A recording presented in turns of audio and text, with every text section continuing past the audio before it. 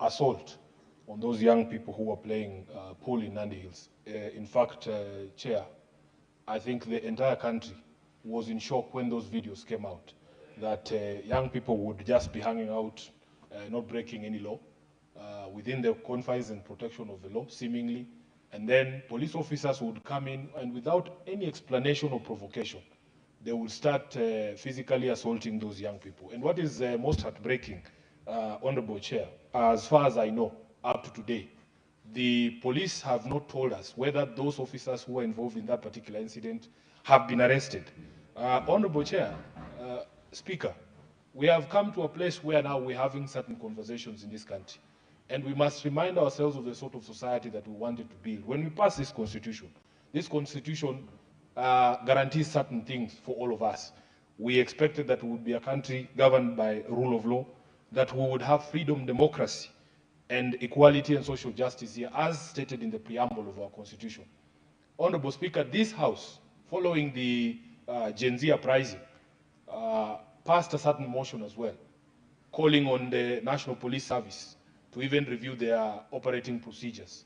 Up to today, Honorable Speaker, nothing has been done to be able to address the concerns that Kenyans have with the way the police conduct themselves.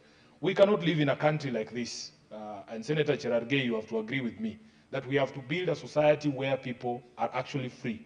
You can imagine, we are, in this agreement that we signed, the MOU, people think that that MOU was between ODM and UDA.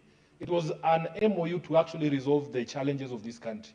Honorable Speaker, one of the things that we provided for there was to solve the question of youth unemployment, to sort out the question of officers who misbehave, and to protect and promote the livelihoods of young people. We have programs, for instance, that are going on to give young people seed capital to essentially do business. Now, some of the businesses young people do is actually opening those pool places. So you have a situation where the government will give you money to start a business. But because all these things are not being done within a framework of democracy and freedom, the police can have the audacity to come to that business and do what they did in Nandi Hills. This is what we must cure, Honorable Speaker. Kenya has a software problem. It's not just about roads and beautiful stadiums. By the way, everybody should know that President Moi built stadiums also. But no one wants to go back to the life that we used to live under President Moi. That is just a fact.